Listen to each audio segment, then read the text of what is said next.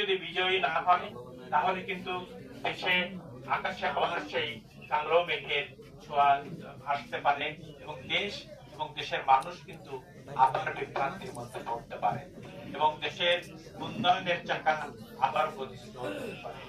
আমাদের সমীক্ষা যেটা বলছে সেটা হচ্ছে সারা দেশে কিন্তু বিএনপি জয়লাভ করবে ম্যাক্সিমাম জায়গায় এবং তারেক রহমান আগামী দিনে বাংলাদেশের প্রধানমন্ত্রী নির্বাচিত হবেন। যদি আমরা বাগেরহাট পিছিয়ে থাকি তাহলে কি হবে? বাগেরহাটের উন্নয়ন ব্যাহত হবে। এই যাত্রাপুরে আপনারা গত 17 বছর কিন্তু এই অফিসটা খুলতে পারেন না। এই অফিস কিন্তু বন্ধ ছিল।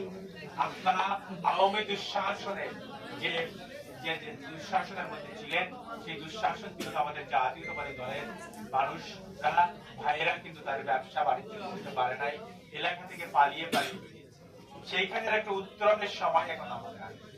সুতরাং আপনাদের যে আগামী যে নির্বাচন আসছে 12 তারিখের নির্বাচন, এই নির্বাচনটা কিন্তু একটা অগ্নি পরীক্ষা। আমাদেরকে সকলকে কাঁধে কাঁধ মিলিয়ে আমাদেরকে ধানের শীষের প্রার্থীকে বিজয়ী করবার জন্য চেষ্টা করতে হবে। আমি আপনাদের প্রার্থী হয়েছি, তারেক রহমান আমাকে প্রার্থী করেছে আপনাদের বাগেরহাট সদর এবং কচুয়া থেকে। আমি যদি নির্বাচিত হই তাহলে এই যাত্রাপুর সহ বাগেরহাটের যে সমস্ত উন্নয়ন প্রয়োজন সেই দিকে আমি দৃষ্টি দেব।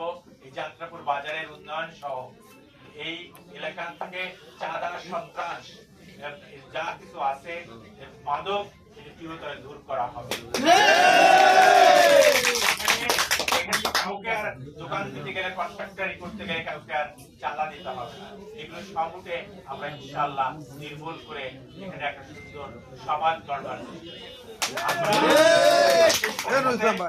স্বাস্থ্য খাতে এই যাত্রাপুরের ডাক্তার দেখানোর জন্য, হসপিটাল ব্যবহার করবার জন্য এখান থেকে বাগেরহাট পর্যন্ত যেতে হয়, খুলনায় যেতে হয়।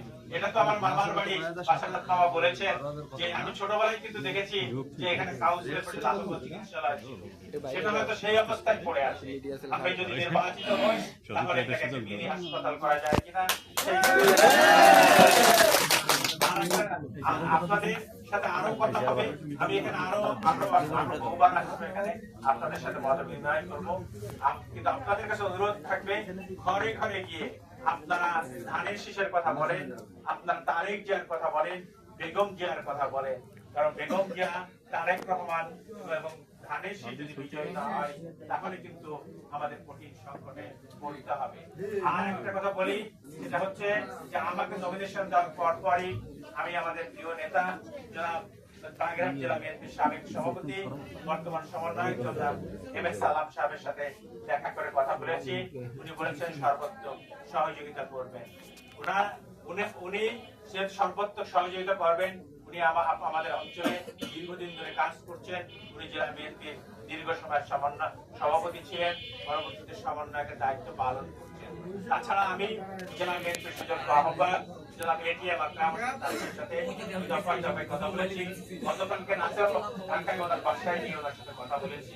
উনি ইলেকশন প্ল্যানটা কিভাবে হতে পারে সেইটা আমাকে কিছু নির্দেশনা দিয়েছেন এবং বলেছেন যে 2-1 দিনের মধ্যে বাগেরহাট এসে এই নির্বাচনী পরিচালনায় অংশগ্রহণ করবে। আমরা যারা বিএনপিতে আছি সকলকে এখানে এসে কাজ করতে হবে। আমি আজকে ঢাকা থেকে আসার পথে এই ইউনিয়নের সভাপতি আমাদের আনাক বাবা আঞ্জু বাবার সাথে আমি কথা বলেছি। ওনাদের মনে অনেক দুঃখ আছে, ক্ষোভ আছে। আমি বলেছি সব দুঃখ ক্ষোভ ফেলে দিতে হবে, ধানের শীষের জন্য কাজ করতে হবে। যদি কেউ বিএনপি করতে চায় তবে ধানের শীষের পক্ষে কাজ করতে হবে, তার কোনো বিকল্প কিন্তু এখানে নাই। ধানের শীষের প্রার্থীর পক্ষে কাজ করতে হবে, বেগম জিয়ার পক্ষে কাজ করতে হবে, তারেক রহমানের পক্ষে কাজ করতে হবে। আমাদের নেতা তো বেগম খালেদা জিয়া বেগম, আমাদের জননেতা আমাদের তারেক রহমান আমাদের নেতা। এর বাইরে যে পালিয়ে থেকে বিএনপি করবার কোনো সুযোগ নাই। আমি স্পষ্ট করে এই যাত্রা করে বলে গেলাম যে পালিয়ে থেকে বিএনপি করার সুযোগ নাই। ইনশাআল্লাহ আগামীতে উনি বলেছেন যে উনি আসবেন, উনি আমাদের দলীয় প্রয়োজনার উনি অংশগ্রহণ করবেন। হয়তো একটু অসুস্থ আছেন, আজকে আসতে পারেন নাই।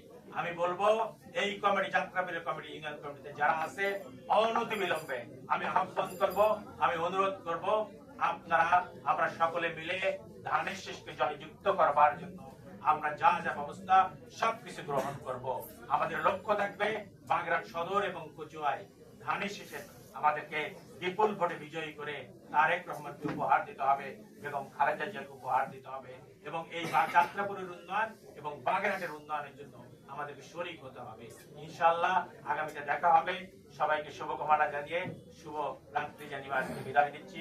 সবাই ভালো থাকবেন, ধানের শীষে থাকবেন, সঙ্গে থাকবেন এবং প্রত্যেক বাড়ি বাড়ি গিয়ে আপনার ধানের শীষের পক্ষে কাজ করবেন।